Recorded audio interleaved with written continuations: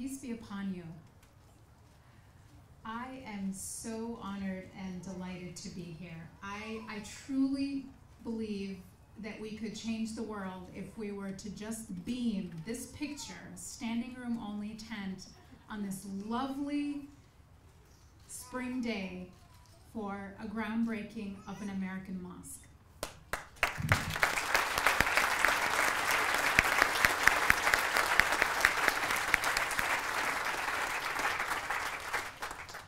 This is truly an American moment, and I am so proud to call this country my own, because only in America is this possible, and that's my true belief.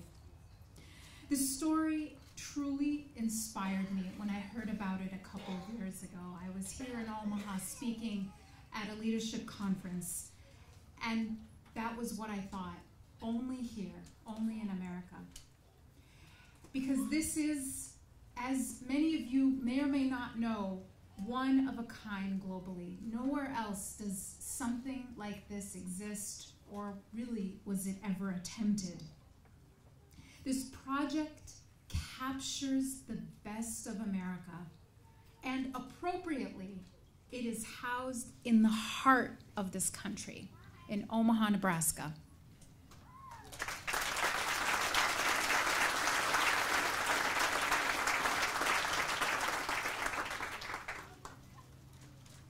The Tri-Faith Initiative also captures the highest values we are called to in the Abrahamic tradition. Those of mutual respect, service, and scholarship.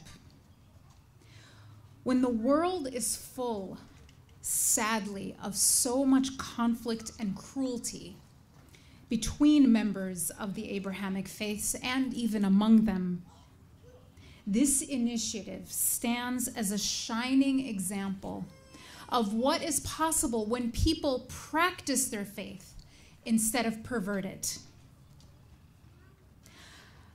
I truly believe that the American Muslim Institute, an organization dedicated to Islam's call for compassion and knowledge, is exactly what the world needs today.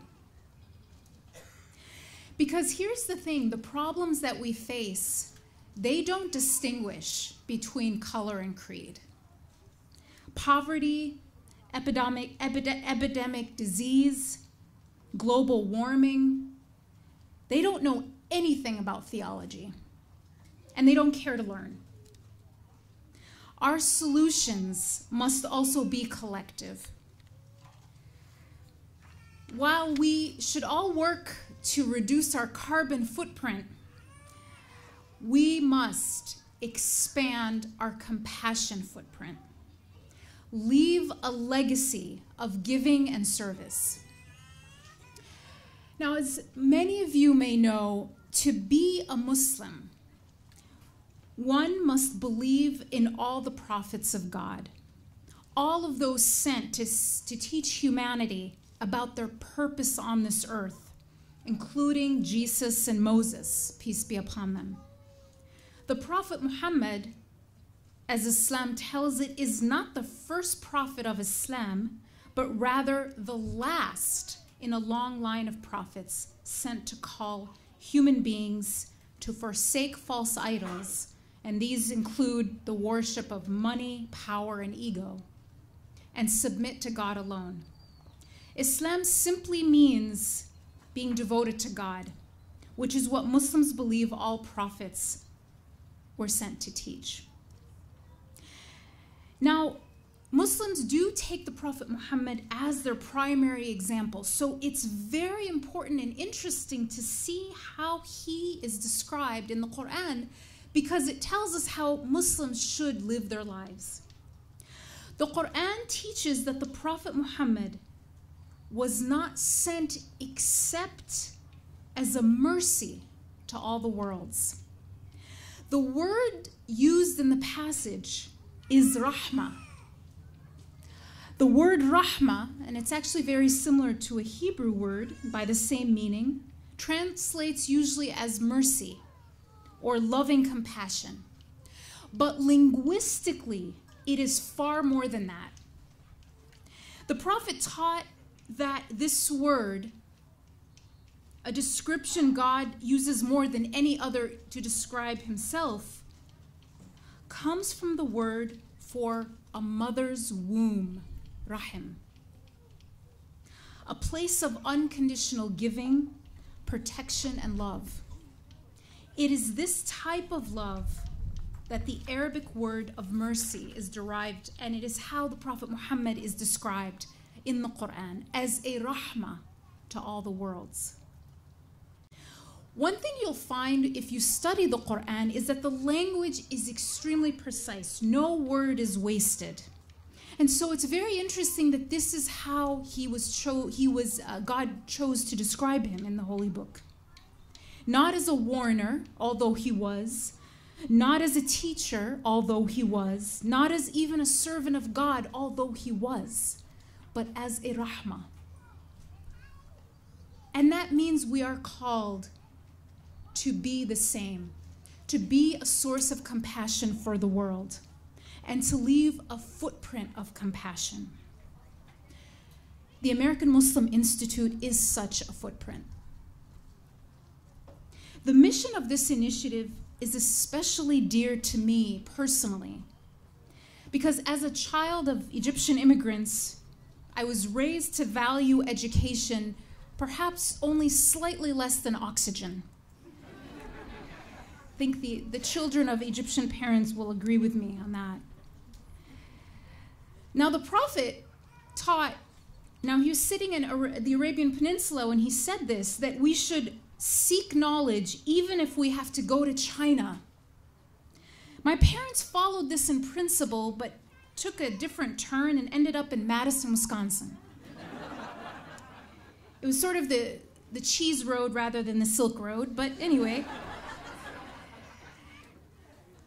They pursued and eventually earned their doctorates in civil engineering. So I was born in the Middle East and brought up in the Middle West. I always had, as a part of my identity, these two cultures, the Midwest and the Middle East. The culture my parents carried and the one of my new home in Madison. Now, they do have a lot of things that are different, of course. They're two different cultures. But they do have one thing in common, and that was that they both valued education and taught that it was incredibly important, especially for girls. And this is something my parents absolutely ingrained in me and my sisters. We were told that we could do anything we dreamed of if we worked hard and studied.